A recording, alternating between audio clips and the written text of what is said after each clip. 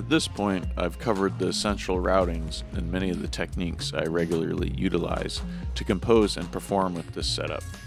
Right now, I'm just biding my time as I prepare for the next iteration. The patch is going to be up for a while longer, not sure how long exactly, and I will continue to make recordings from it, and if any are decent, I will share them, but now I'm going to be mostly thinking about the next arrangement of modules. I'm planning to increase the power capacity of my main case by replacing the Malekko Powers with Intellijel TPS80Ws. The Malekko Powers have 2 amps each on the negative and positive 12 volt rails, while the TPS80Ws offer 3 amps on those rails. I have one of these Intellijel supplies in a small 6U case, and although I wish it had shrouded headers, it has otherwise worked flawlessly so far. I plan to use the extra power capacity to put some Metasonix RK series modules into my rack. These modules draw significant amounts of current when powering up, so I have to account for that fairly carefully when using a switched mode power supply and significantly overspec for power, which I like to do regardless, so it works out. I'm always very drawn to saturated and overdriven sounds. I think it has a lot to do with my love for metal and industrial music. After satisfying my curiosity with an impulse Metasonix RK4 purchase and working with it for a while, I knew I wanted some of that in the main rack.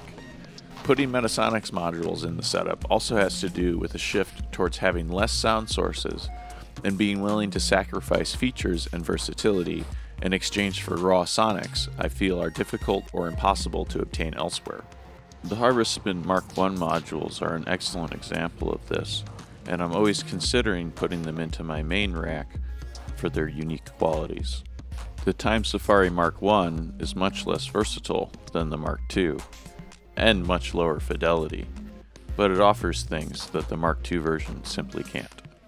The way certain modules react requires more feeling and sensitivity from the user, and they become more like instruments, rather than simply acting out their functions, which I find enhances and improves my sonic sensibilities.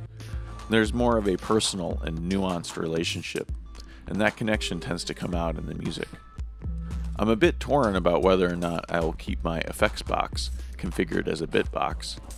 I'm going to have to demo the new effects box firmware extensively before I begin rebuilding a substantial performance patch. If I decide to go with the FX box instead of bitbox firmware, I may look into getting another Series 1 module from 1010, or perhaps some other heavy-duty eurorack sampler, like the Rawsome Assimilator. One of the biggest reasons I'm getting excited about rearranging my rack is for improving the ergonomics. I really wish I had just flipped most of these modules in the bottom row upside down. I'd rather have an upside down plonk that's accessible than a right side up plonk that's absolutely obnoxious to deal with. This isn't my first ergonomics rodeo, but I'm still prone to making some mistakes. I don't think the module configuration is going to change in a massive way for the next iteration, so I should be able to do things a good bit better next time. All in all, I didn't do a terrible job though. All of the important mixing and modulation layers are very accessible. Reducing the number of sound sources is going to change up my mixing strategies a bit. I'm also not super satisfied using the WMD sequential switch matrix as my audio patching matrix. I'd rather have a module more suited for audio in its place, like the Maze from Livestock for example, and then I will focus on using the SSM for routing CVs and or gates and triggers, which I think it is much more suited for. However, I felt the dynamic audio routing capability was very important when I began building and testing this particular patch iteration. So far, I pretty much used the shuttle control only for stepped CV, gates, and triggers. I don't plan to significantly change my usage in the future, but one thing I'm going to implement along with my simplification of sound sources and resulting reduction in need for control sources is to have 3 to 4 outputs set to act as preset voltages that are controlled by the Octatrack. I've often wanted a pressure points to act as a simple hands-on preset controller, but I think this will be a much more elegant and streamlined solution. Often, digital modules like the Transient and the Bitbox have somewhat lower outputs than most other modules, and I find it very important to be able to add gain and saturation on their outputs in the analog realm. Currently, the bitbox is patched up without much ability to add gain on the outputs, which makes it difficult to utilize and mix it properly, especially during a performance. I'm considering to get the WMD Performance Mixer Channels expander, which would provide a convenient source for stereo gain, which would be excellent for using on some of the outputs of a bitbox or effects box, and also for sending the cue from the Octatrack back into the modular, as that benefits quite a bit from having access to some gain. The Hats 909 and the Clap 909 are on their way out for sure with the next iteration. I may keep the BD808 and I may keep the Peaks. I'm not talking about selling them, just talking about pulling them out of this case for now. This is where the Metasonix modules are going to come in first. I want to use them as basic but high quality drum sounds. I also have a WMD Fracture that's going to replace the 909 Clap's duties. I may trim down to one Quadra, but definitely with the expander. I didn't find the Quadra without expander to be quite as useful as I had hoped, although it was fully utilized. I'd really like to be able to jam both my Mark I double Andres into my main case, but it never quite seems to work out in the end. I find the double Andre to be a fantastic design. I get a little bit of bleed between channels, but that's really not uncommon with most dual VCAs, especially when you start cranking the gain like the double Andre allows. Some functions I failed to use include one channel of my Malekko VCA. Although I intended to use it for adding gain to a bitbox output, I just never patched it up. I also only ever used one channel of Peaks, just the FM drum mode.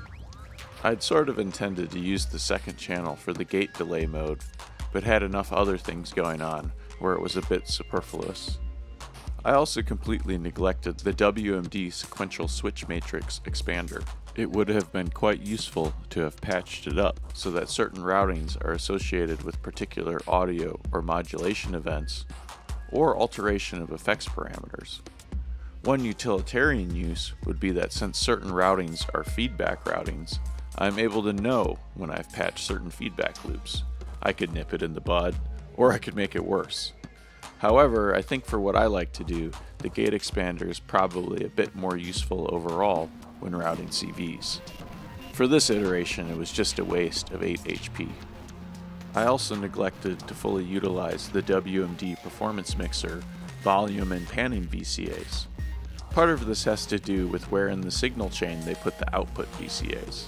They are always post-fader, so a pre-fader aux send, and more importantly, the Q bus, which is also always pre-fader, does not get affected by that channel's output VCA. I think this is the biggest design gripe I have. I would like for these VCAs to be switchable between pre and post fader. This is functionality that doesn't need panel space either. I'd be happy to set it on the back per channel with a jumper and forget about it. Hopefully this video gives some insight into what I'm thinking about as I prepare for the next evolution. I've been calling this iteration 1, but really it's just the first version of this performance patch that made it all the way to the video recording stage. I'd say it's at least version 5 or 6 of this patch. Most module arrangements got torn up halfway through patch building when I realized I had made certain fundamental errors. I'm looking forward to the next series of patch notes videos, where I'll be able to document some of the patch building and testing, and dig deeper into the details of artistic, technical, and philosophical approaches. Thanks for watching.